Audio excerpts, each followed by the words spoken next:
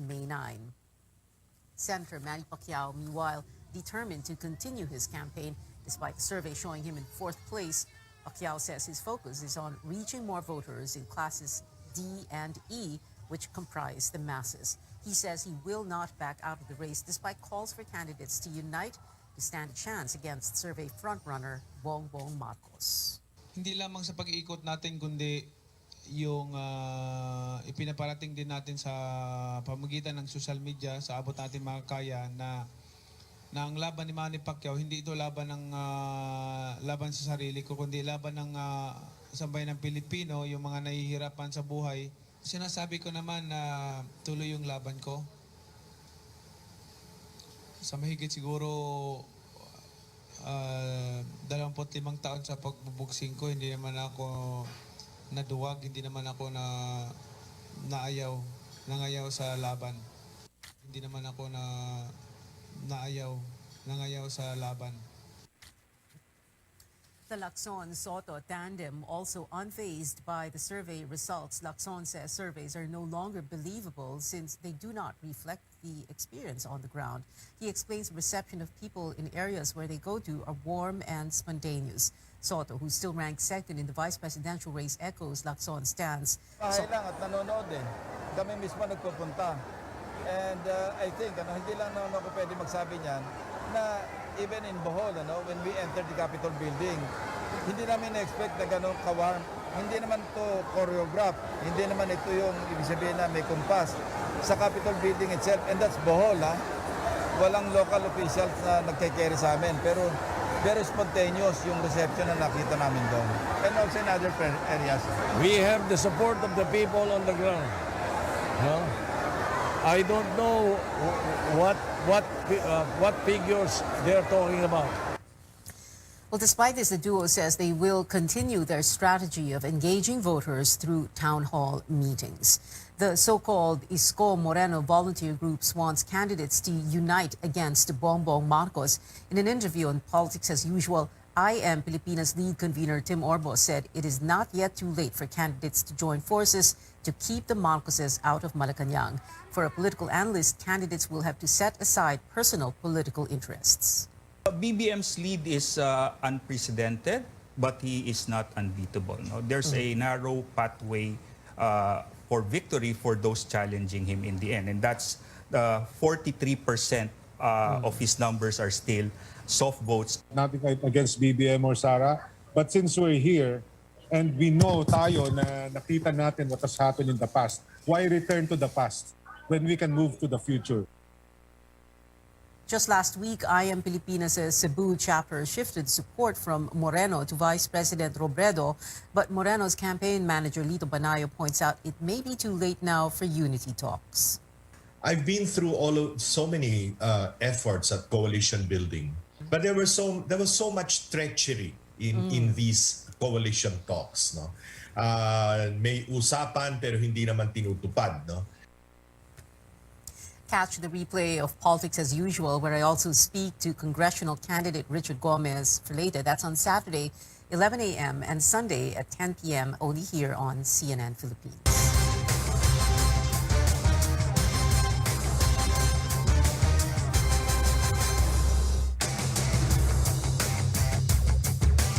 Officials deny a shortage in supply is pushing prices of food up. Now, this is happening at a time when motorists are spending more for fuel. Rex Remito visits public markets to give us a check on food prices.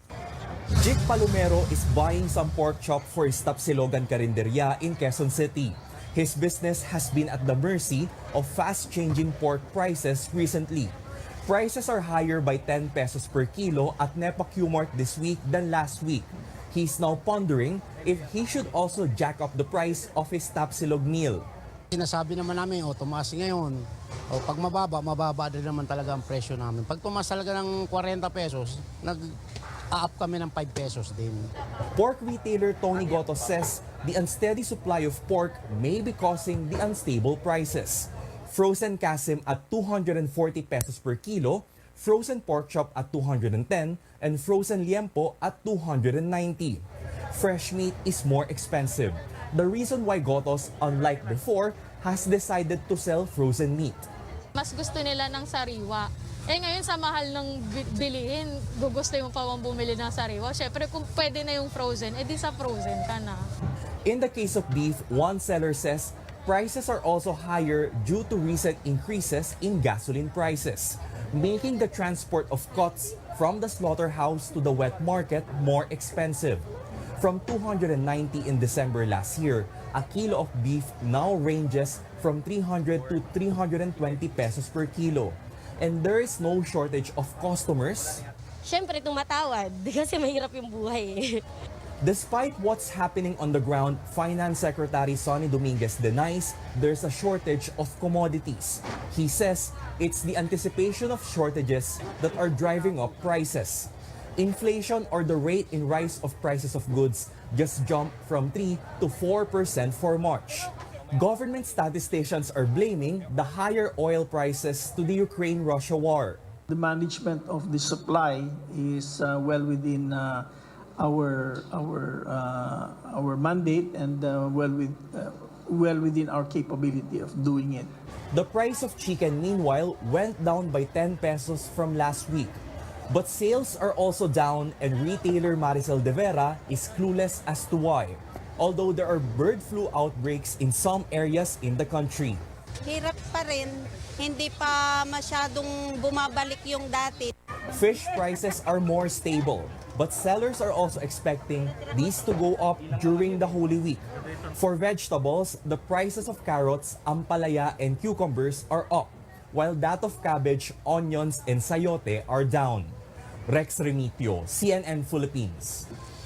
Up ahead, the fuel subsidy rollout will soon be back on track as COMELEC exempts the program from the election spending ban. And some senators thumbing down Health Secretary Francisco Duque's push for legislation that would make COVID-19 vaccination mandatory. Details next.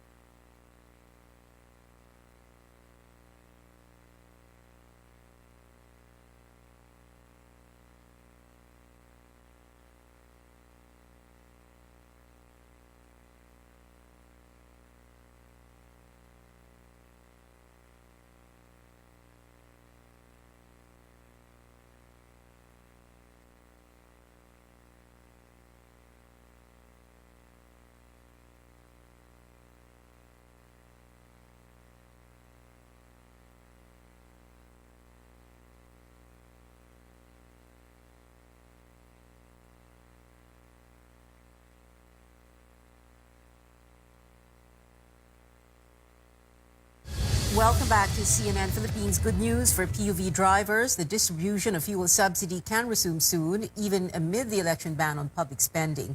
Amor Santos joins us live. Amor? Pia, the COMELEC Unbank grants the petition of the LTFRB to continue with the fuel subsidy program despite the ban on disbursement of public funds during the election period. COMELEC Commissioner George Garcia says the transport regulator only has to wait for the poll body's formal resolution. He says it may be released tomorrow or Friday at the latest and will contain strict conditions the LTFRB has to comply with. Kahit paano, this is now a notice to the LTFRB and to the different departments that you can now prepare the plan on how to properly implement the fuel subsidy. Huwag na po kayong mag-alala, lalo na po yung mga drivers natin, mga farmers, lalo na rin po yung mga tricycle drivers natin. Approve na po yan. The COMELEC wants details on the distribution of the fuel subsidy, including the list of beneficiaries. More than half of the targeted beneficiaries were left waiting after the LTFRB suspended payouts last March 25. Over 100,000 jeepney and bus drivers have received 6,500 pesos in their Pantawid Pasada cards, while delivery service riders will get 4,550 pesos. Still, no list of tricycle drivers or the amount they will get. Back to you. Amor, any updates on the elections from COMEX and Bank? PIA COMELEC Commissioner Marlon Casquejo also announces that the ANBank has suspended the overseas absentee voting in Shanghai due to its COVID-19 lockdown. There are 1,600 registered voters there, and the poll body may also do the same in several other areas like Ukraine, and some 127 voters may be affected. The COMELEC also announced the creation of a task force contra fake news to go after individuals spreading disinformation. And while the COMELEC has finished the printing of 67 million ballots, more than 224,000 were found to be defective and will be subject to reprinting. Back to you. Amor Santos there reporting live.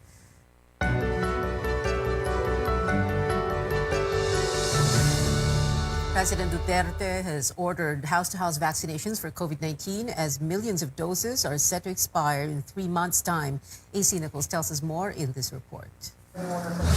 An advisor to the president recently revealed that over 27 million doses of COVID-19 vaccines bought by the Philippines will expire in 3 months. President Duterte says the government is not to blame.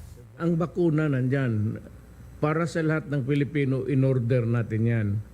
Ngayon, kung may mga Pilipino, marami pa na hindi nakapagbakuna o ayaw makipagbakuna, hindi naman kasalanan ng gobyerno na magbili tayo commensurate to the number of Filipinos that would be vaccinated. He called on those who have yet to be inoculated to get the vaccine. Otherwise, the expiring doses might go to waste.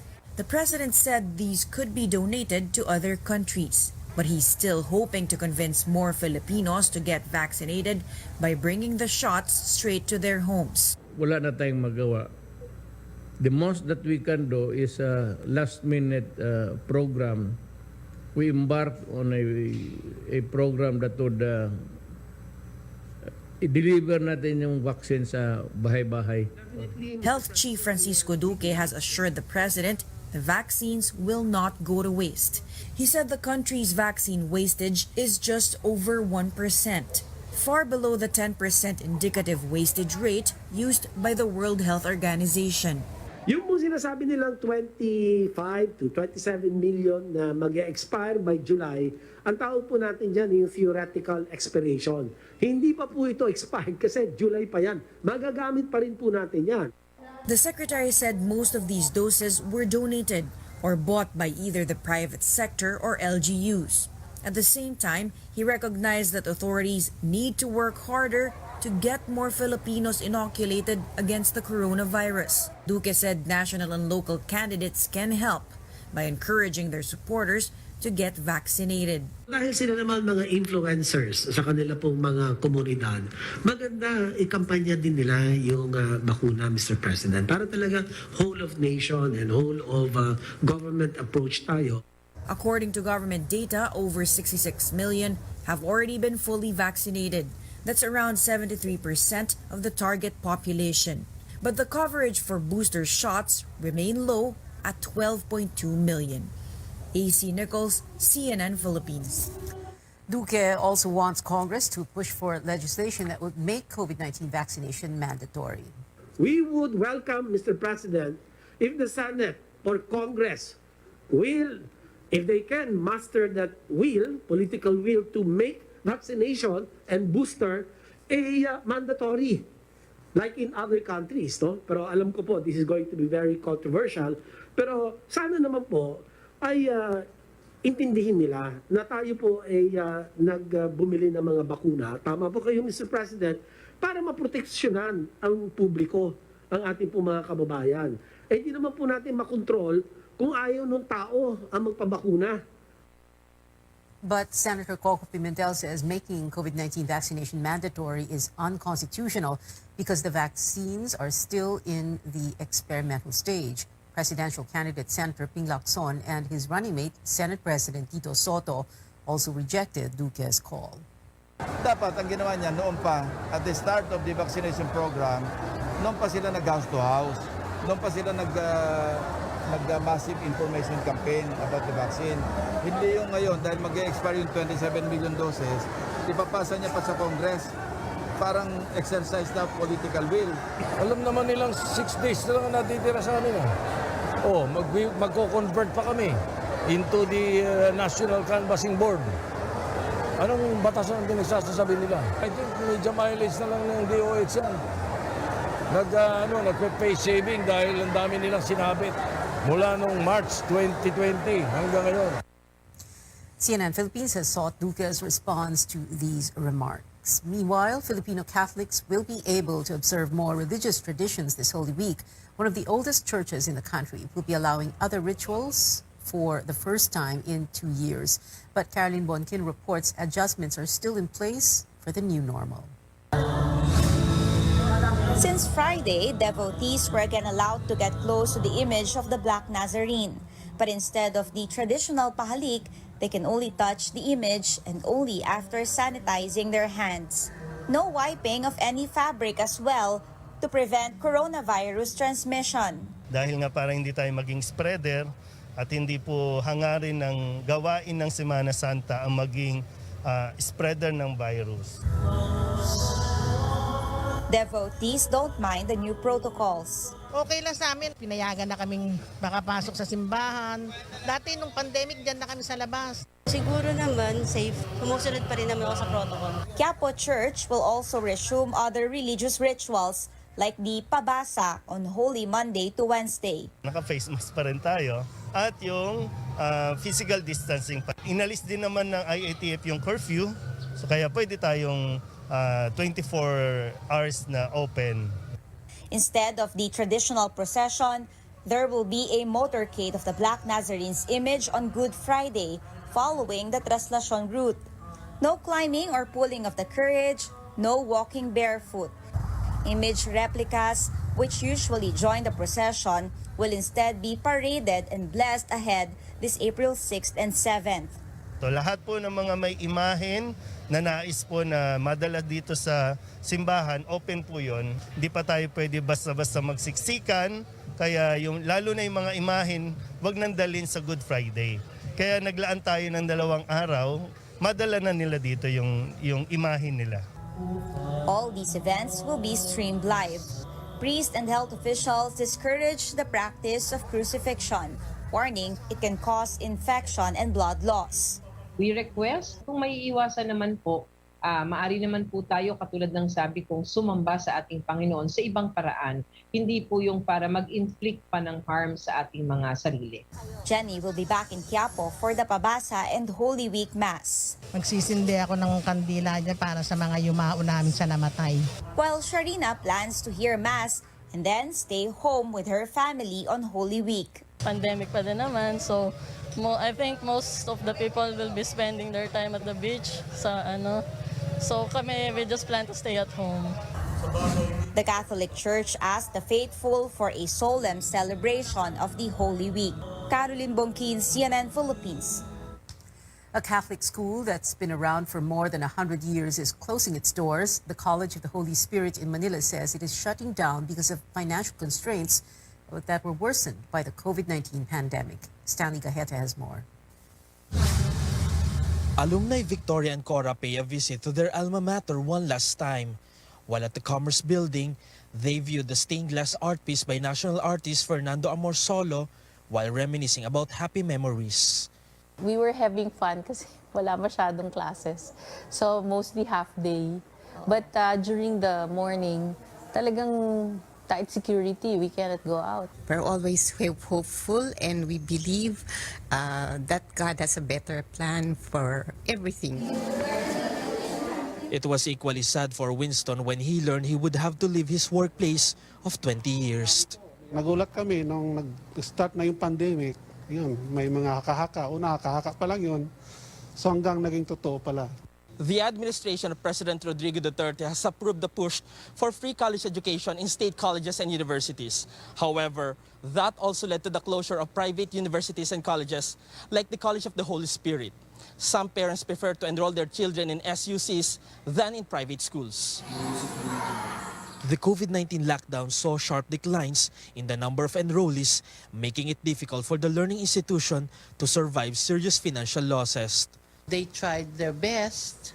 In fact, we formed a management corporation to try to, save the school for part. But then, I guess the Holy Spirit had other plans. Some of the Holy Spirit's notable alumni include award-winning journalist Sheila Coronel, peace negotiator Miriam Coronel Ferrer, former Security and Exchange Commissioner Teresita Herbosa, Eugenia Apostol of the Philippine Daily Inquirer, and investigative journalist Buma Cruz, to name a few. The school's last batch, comprising some 30 students, will attend the final graduation rites on April 20th. Malungkot kasi parang wala ka nang babalikan in the future na parang gagraduate ka na nga pero wala kang mabibisita ng school. According to alumni, the missionary of Sister Servants of the Holy Spirit intend to sell the school, but there's no prospective buyer yet. For now, the nuns will continue their mission to help poor communities outside the metro. Sure might not be here, but the Spirit lives on. It lives on in every heart of every alumni that was raised here. Stanley Gaete, CNN Philippines. Still ahead on Newsnight, more Filipinos have made it to Forbes billionaires list, but there's little change to rankings among the wealthiest Pinoys this year. And the Lakers trended after their devastating elimination from the NBA playoffs. This and more sports updates when we come back.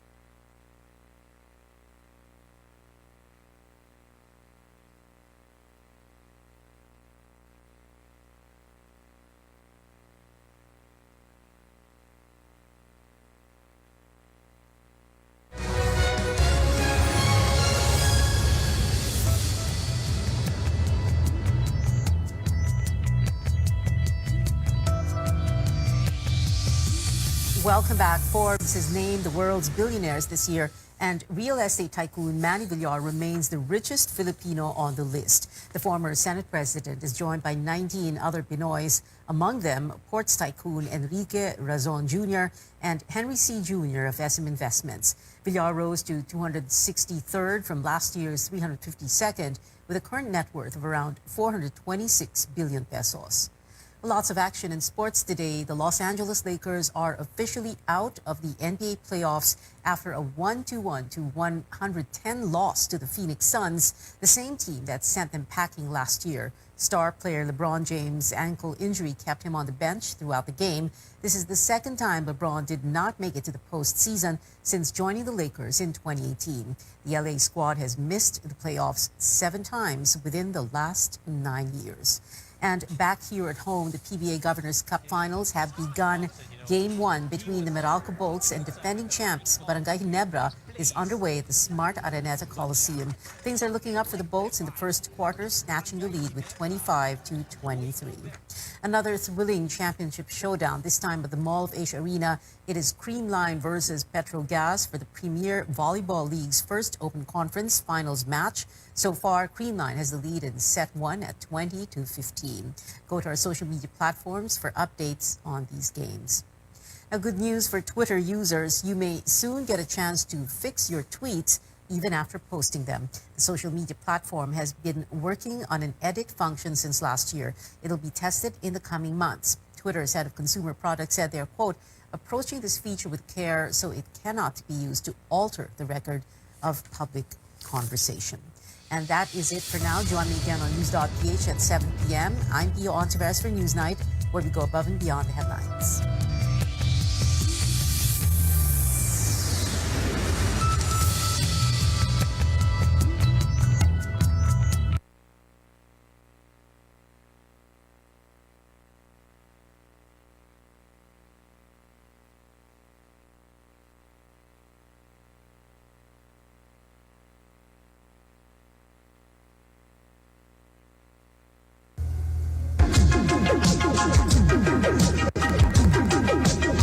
RPN, Radio Philippines Network Incorporated, DXKO. 13.68 sa dial sa inyong radyo.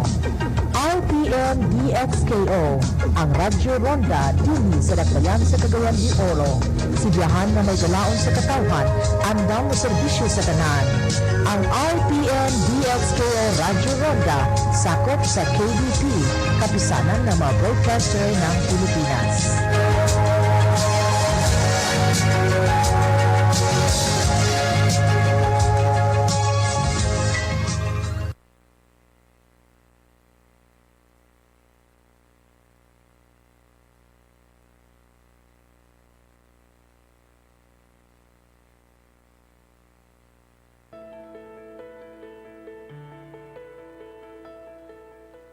Women today wear different hats, which comes with different responsibilities. So as we celebrate National Women's Month, we'll take a closer look at ways we can understand the health issues every woman should be aware of and the best self-care tips for women today. I'm Dr. Freddy Gomez, and welcome to MedTalk Health Talk on CNN Philippines.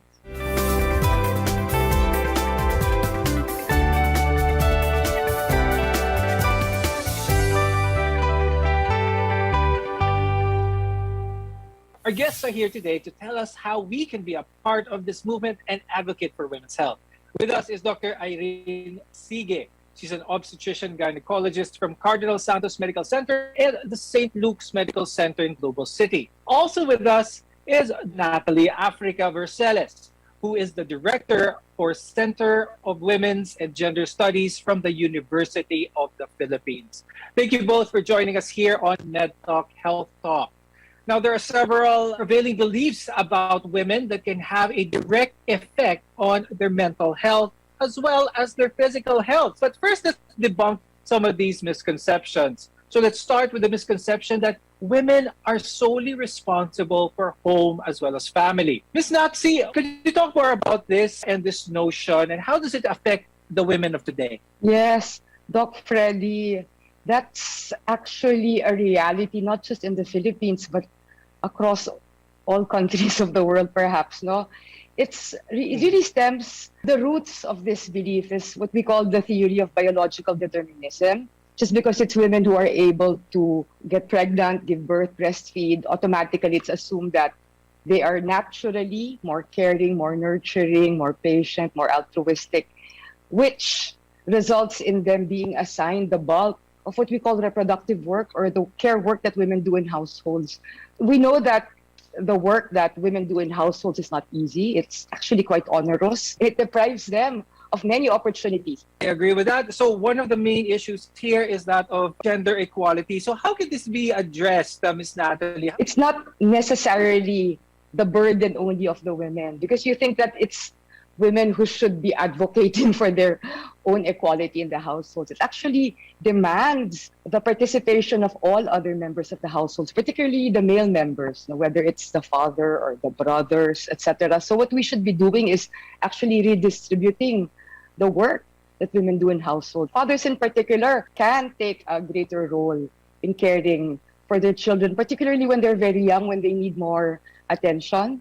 So that's one way, and it's very actionable, is it not? I mean, men can just simply offer to assist women and to ask them, what is it that I can do to make your household chores easier for you? Do you feel that we've moved forward with this? Because nowadays there's less of a stigma with the husband or the male person of the household taking care of the child or doing things that would be commonly deemed as something that is solely for the woman to do. No, I find that among the younger generation of men, it seems more acceptable for them to take on more work in the household as compared to men from the older generation. But I'd also say it's very key that you pointed out how important the household is, because it is really the most basic unit of society. And if we want to promote gender equality, we should start in our households. And mothers, in particular, can raise sons who understand that it's not necessarily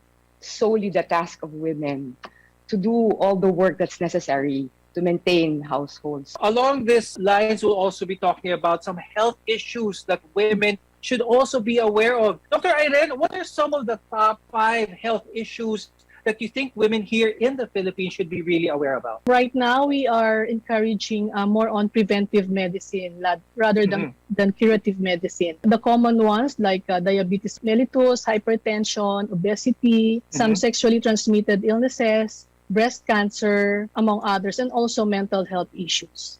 Those are very important ones, and we'll be discussing them in further detail as we go on in the program. Ms. Natsi, let's talk about the landscape where women are, especially here in the Philippines. What can you say about that?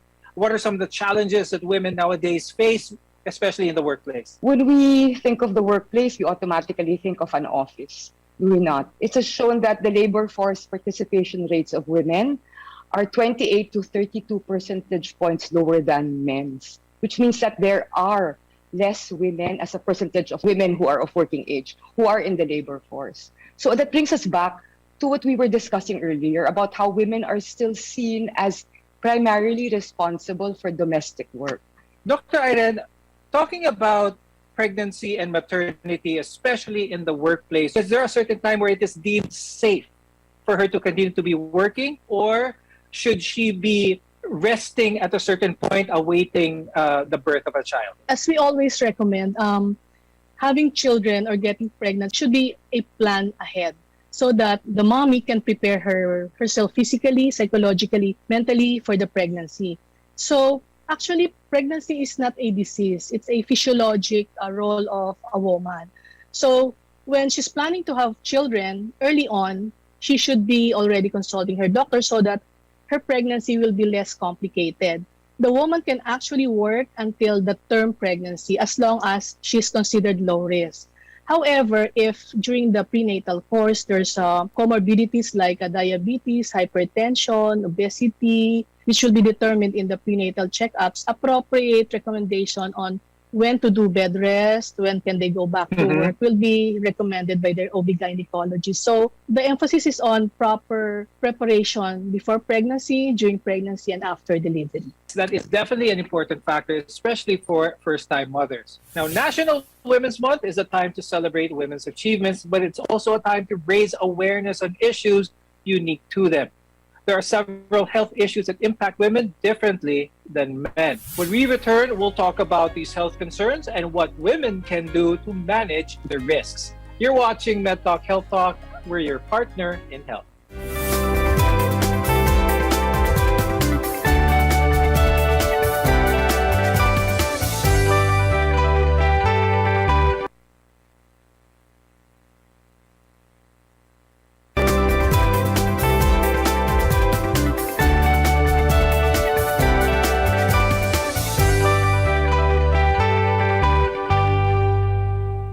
Many things can get in the way of caring for yourself, like work, school, or maybe even family obligations. But when we take the time to care for ourselves, we're able to show up for others at our very best. I'm Dr. Freddy Gomez, and this is MedTalk Health Talk, your partner in healthcare. One of the most effective things women can do to care for their physical health is regular screening. Dr. Irene, how does regular screening empower women? We have to do this regular screening for breast cancer, for cervical cancer, for other gynecologic pathology, and for the physical well-being of a woman. Right now, we are recommending a pap smear for those women who are at 21 years of age. And if they are 30 years old and above, they can do this with co-testing for HPV virus. And beyond 50 years old, it can be every 1 year or every 2 years, depending on the results of the previous pap smears. But they should be consulting their doctor, because some women just, get information from their relatives, from their friends. And so these are unreliable information, because this will help them detect early sign of cervical cancer. Now, for breast cancer, if they have risk factors like family history of cancer, early menarche or late menopause, late childbearing, above 30 years of age, or haven't had children, and intake of hormones or HRT, this will make them at risk for breast cancer. So they should be educated on and counseled on these women's diseases and be aware of the possible symptoms of a breast cancer. And for the other health issues such as diabetes, hypertension, just recently there are executive checkups, especially for working women. There are different panels of metabolic blood tests to assess the other functions, like for cardiac diseases, for the lungs, for the liver, all other metabolic functions. But I would also like to emphasize the adult immunization.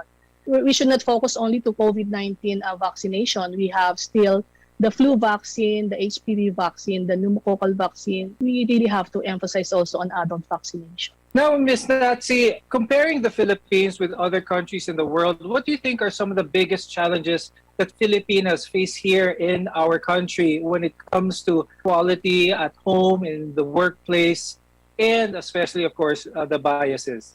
If you look at the latest Global Gender Gap Report for 2022, our lowest scores were in political empowerment and economic participation and opportunity. Yung health and survival, educational attainment, good tayo eh. Dr. Irene, what advice could you give women, especially when it comes to their mental health, to be able to find a good medium ground when it comes to the pressures that society gives to them, but at the same time, still having time to recognize themselves? In the past 2 years, we have realized the importance of self-care, especially for women. So number one thing is for us to enhance our spirituality and sense of gratitude. Secondly, you have to stay positive. You have to declutter your life with issues that are negative, with relationship that does not give you joy, or any endeavors that does not give you joy. It's like decluttering your life. You can do the exercise, yoga, meditation, anything that will relax you and will give you joy. You can go into learn some arts and music. You can play the piano, painting. Approach your physical and well-being holistically. Now, of course, self-care also involves daily practices that make us feel nourished and happy. Ms. Natsi, what are some ways that women can cultivate self-care in their everyday life? I think what's important is the mindset. It's not to feel guilty. Because women tend to feel guilty when they do things for themselves. because they feel so responsible for so many people, in their lives. So start with that, okay? So when you take time off for yourself to do what makes you happy or what gives you pleasure, yung sinasabi nga ni Doc Irene, what gives you joy, then you should see it as something that you owe to yourself because of the work that you do on a regular basis. So we need to make space. It's something that you really need to do for yourself because you want to be able to continue to care for others. And in order to do that, you need to look after yourself. So yeah, find whatever makes you happy, do it, don't feel guilty, and make it a daily practice. But before we go, I'd like to ask Ms. Natsi if you have any message for all the women out there. I want to greet everyone a happy National Women's Month and exhort all the women in the Philippines to please love yourself. Okay, so take care of yourself and remember that we need to look after ourselves in order to look after others. Very well said. And Dr. Irene, do you have any message for our viewers, especially when it comes to women's health? If we have emotional quotient, we should have health intelligence or health quotient. This is being able to assess, perceive, and manage your health. You should educate yourself, conscious of your physical well-being by doing the proper attitude, avoid harmful habits like smoking and alcoholic misuse. And you have to consult your family doctor or your OB-gynecologist because you will not enjoy the fruits of your labor if you are always getting sick, if you're not healthy. With that, I'd like to thank obstetrician gynecologist Dr. Irene Sige and Director of UPCWGS, Director Dr. Natalie Africa Verceles, for being with us today and sharing your insights. We appreciate your time very much. Remember, we all play a role in breaking the bias today. So let's celebrate women's achievement and together forge a gender-equal world. I'm Dr. Freddy Gomez, and thank you for watching MedTalk Health Talk on CNN Philippines. We'll see you again next time.